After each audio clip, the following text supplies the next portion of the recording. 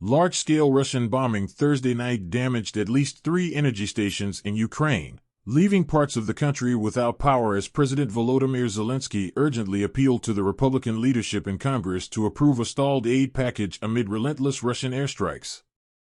DTEK, Ukraine's largest private power provider, said 3 of its thermal power stations were targeted in the overnight barrage, which the Ukrainian military said included dozens of missiles and at least 60 explosive drones aimed at energy infrastructure.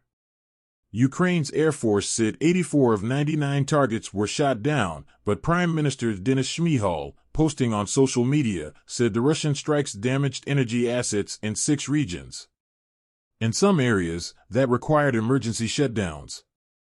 Zelensky, in a post on the Telegram messaging platform, said Russian missiles and drones had targeted 2 dams, the Kaniv hydroelectric power plant and the Dniester hydroelectric power plant.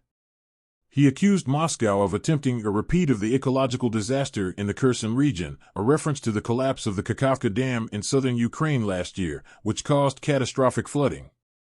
Ukraine blamed Russia for the explosion that destroyed the dam. For months, Ukrainian officials had been pleading with their Western counterparts for more air defenses, warning that Russia was likely to step up its aerial attacks.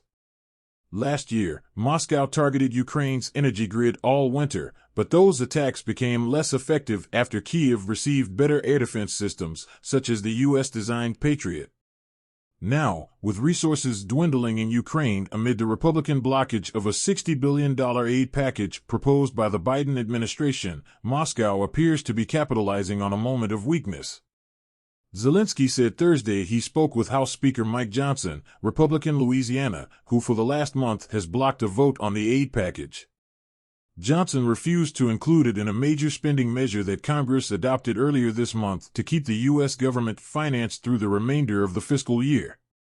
Zelensky, posting on social media, said he briefed Johnson on the battlefield situation, specifically the dramatic increase in Russia's air terror. In this situation, quick passage of U.S. aid to Ukraine by Congress is vital, Zelensky said in a post on X, formerly Twitter.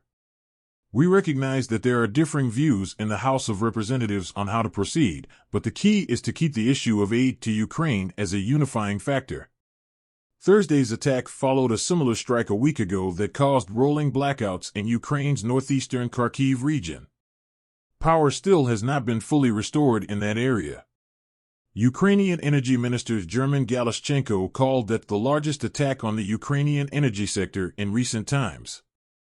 In a written reply to questions submitted by the Washington Post, Tech's press office said that Russian drone and missiles are increasingly penetrating Ukraine's air defenses. Compounding this increased threat, its attacks are becoming a lot more accurate and concentrated, therefore inflicting greater damage on vital equipment. The provider said it lost around half of its generating capacity in the strikes on its infrastructure last week. In a statement, DTEK Chief Executive Maxim Timchenko said that Ukraine urgently needs air defense ammunition.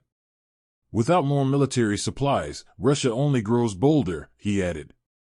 We urge our partners in the U.S. and elsewhere to make this investment in Europe's defense. The surge in attacks, and concern that Ukraine's resources to stop them may be running out, is almost certain to deal another blow to the country's weakened wartime economy. Ukrainian officials had worked to attract investment and the return of millions of Ukrainians living abroad by touting the country's improved air defense capabilities. After a night like this, I am especially worried if our air defense forces have enough of ammunition to take down the threats that appear every night, lawmaker Kira Rudik wrote Friday morning on X, expressing a sentiment shared by many Ukrainians. Though Thursday night's bombardment targeted regions in central and western Ukraine, far from the front line, Russia's intensified aerial campaign is evident on the battlefield, too. Colonel General Alexander Syrsky, Ukraine's military chief, said in an interview published Friday that the experience of the past months and weeks shows that the enemy has significantly increased aircraft activity, using KABs, guided air bombs that destroy our positions. Syrsky added that Russia's punishing use of guided air bombs and a shortage of artillery ammunition were the biggest factors in Ukraine's withdrawal from the besieged eastern Ukrainian city of Avdiivka last month. Russia fires 6 times as much as Ukraine, SYRSKY said. Meanwhile, 9 people suspected of involvement in last week's deadly terrorist attack on Crocus City Hall, a concert venue on the outskirts of Moscow, were detained in Tajikistan, according to local media, citing security officials. The 4 men charged with attacking concertgoers using automatic weapons and setting the building on fire are all Tajik citizens. Russian Health Minister Mikhail Murashko said Friday that another victim had died, bringing the death toll to 144. Another 69 people remain hospitalized. Friday also marked exactly 1 year since Wall Street Journal reporter Evan Gershkovich was arrested on a reporting trip in Ekaterinburg, a city in Russia's Urals. The detention, the first of a foreign correspondent since the Cold War, has had a chilling effect on journalism in Russia and has marked a new, darker phase of hostage diplomacy between Russia and the West. Despite having journalistic accreditation, Gershkovich is accused of espionage, a charge punishable by up to 20 years in prison. Gershkovich, the White House and his employer all vehemently deny the espionage accusation. Since being detained at Lefortovo prison in Moscow last March, Gershkovich has not stood trial. Instead, authorities repeatedly have extended his pretrial detention every few months. Last week, a Moscow court did so again, ordering him held until the end of June. On Friday, the Wall Street Journal published a blank front page to signify where Gershkovich's reporting might have appeared if he was not imprisoned.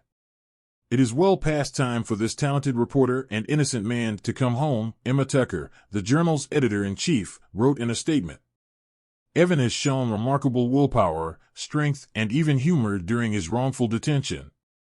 We are amazed at his, and his family's, steadfastness in the face of such a harrowing ordeal." On Thursday, the German government urged its citizens not to travel to Russia, warning of the very big danger of summary detention.